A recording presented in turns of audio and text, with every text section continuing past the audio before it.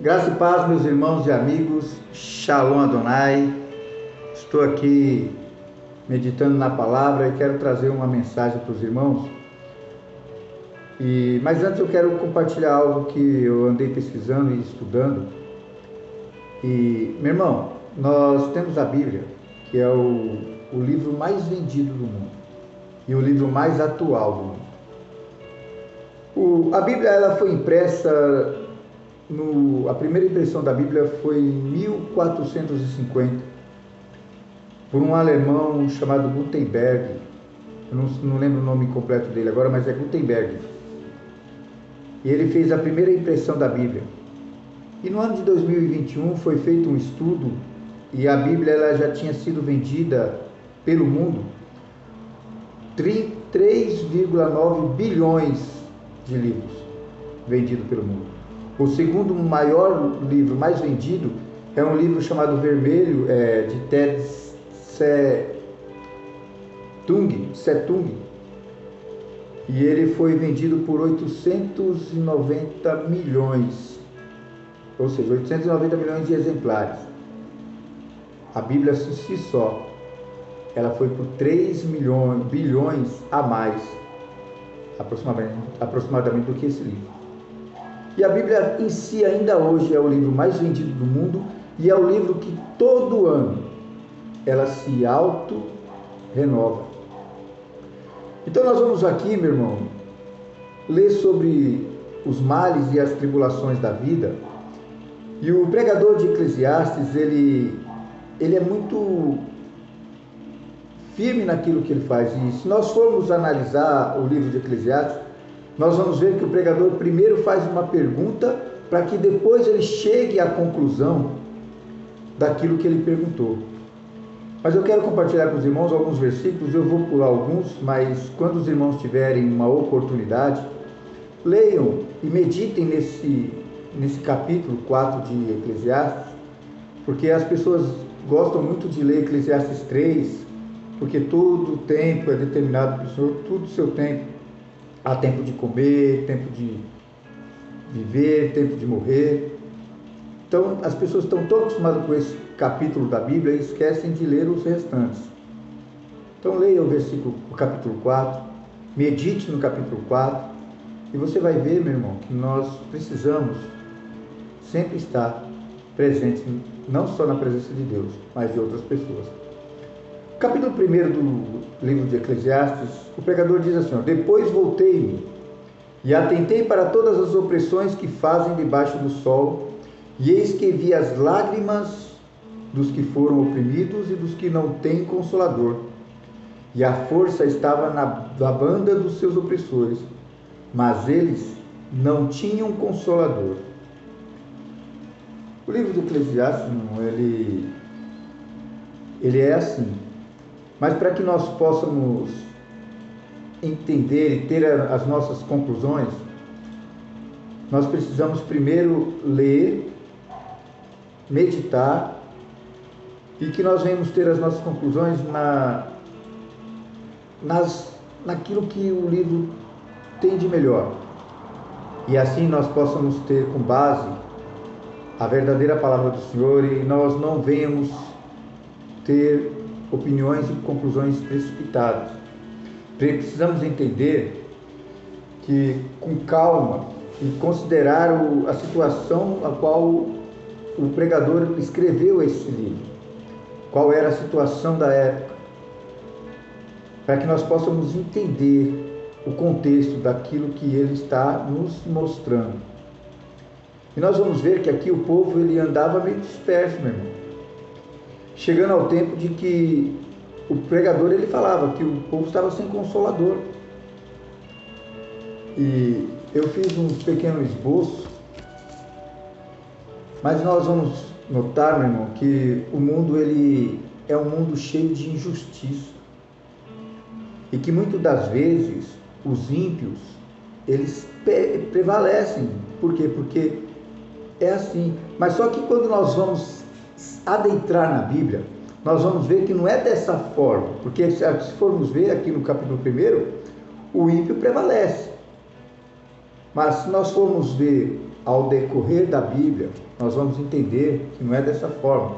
E vamos aqui, em Marcos capítulo 10, no versículo 29 e o 30 diz: E Jesus respondendo disse: Em verdade vos digo que ninguém há que tenha deixado casa ou irmão ou irmã, ou pai ou mãe, ou mulher ou filhos, ou campos, por amor de mim e do Evangelho, que não receba 100 vezes tanto, já neste tempo, em casas, irmãos e irmãs, e mães e filhos e campos, com perseguições, e no século futuro a vida eterna. Então, o ímpio ele pode prevalecer nessa terra, meu irmão. Ele pode conquistar o que ele tanto almeja, ele pode ser bem mais próspero do que o justo.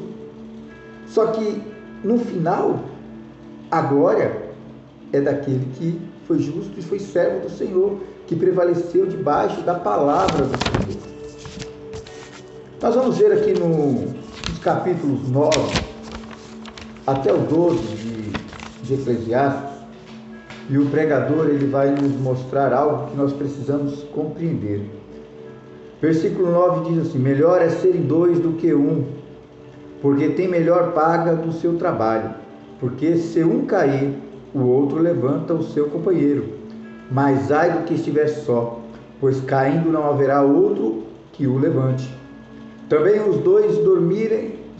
se dois dormirem juntos, eles se aquentarão, mas um só, como se aquentará?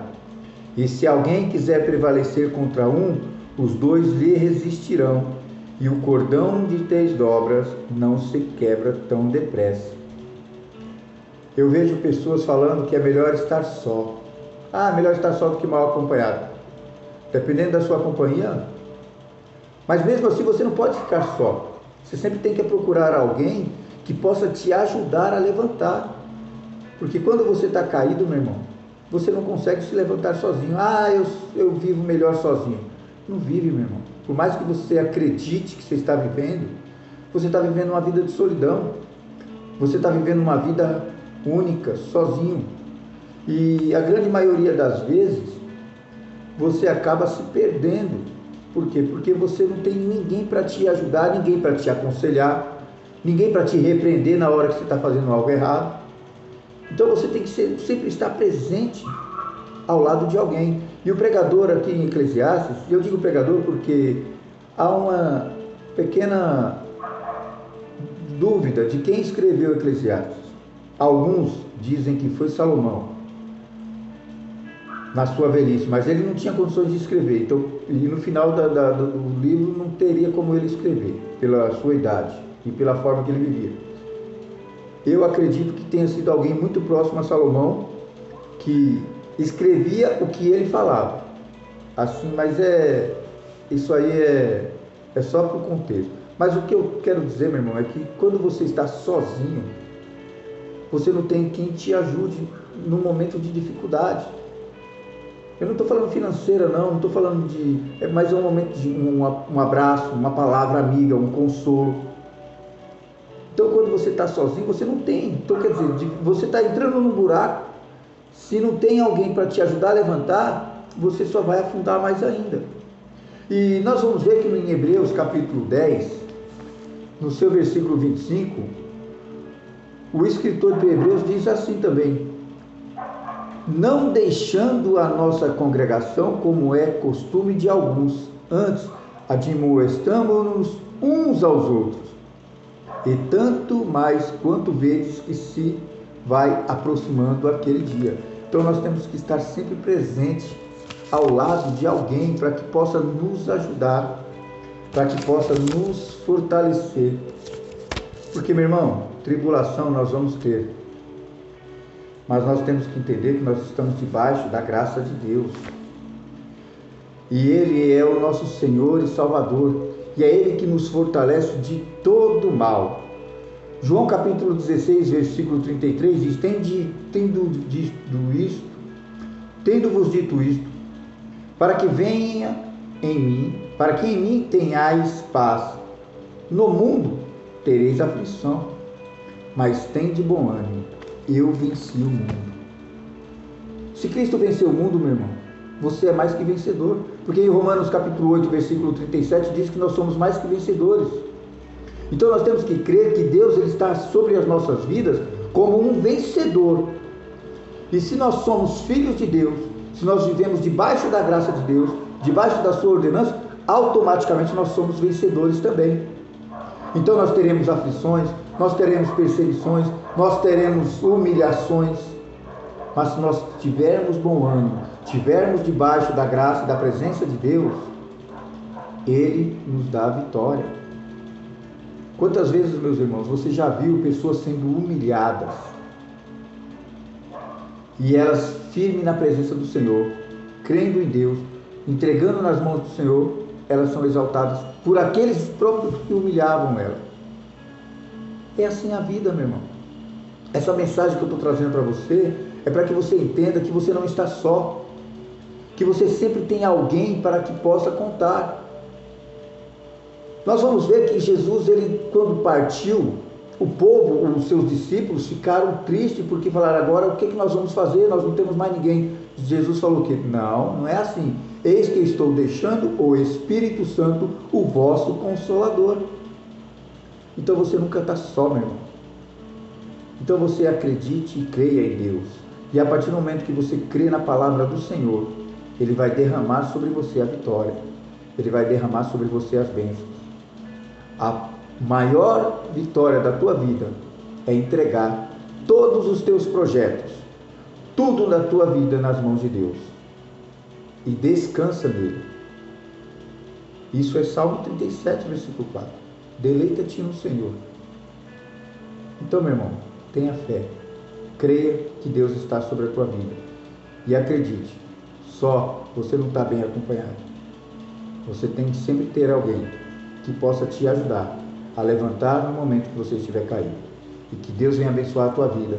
E que a graça do nosso Senhor e Salvador Jesus Cristo esteja presente sobre tu e a tua família. Em nome do Pai, do Filho e do Espírito Santo. Graça e paz. Shalom Adonai. Deus abençoe a vida de todos.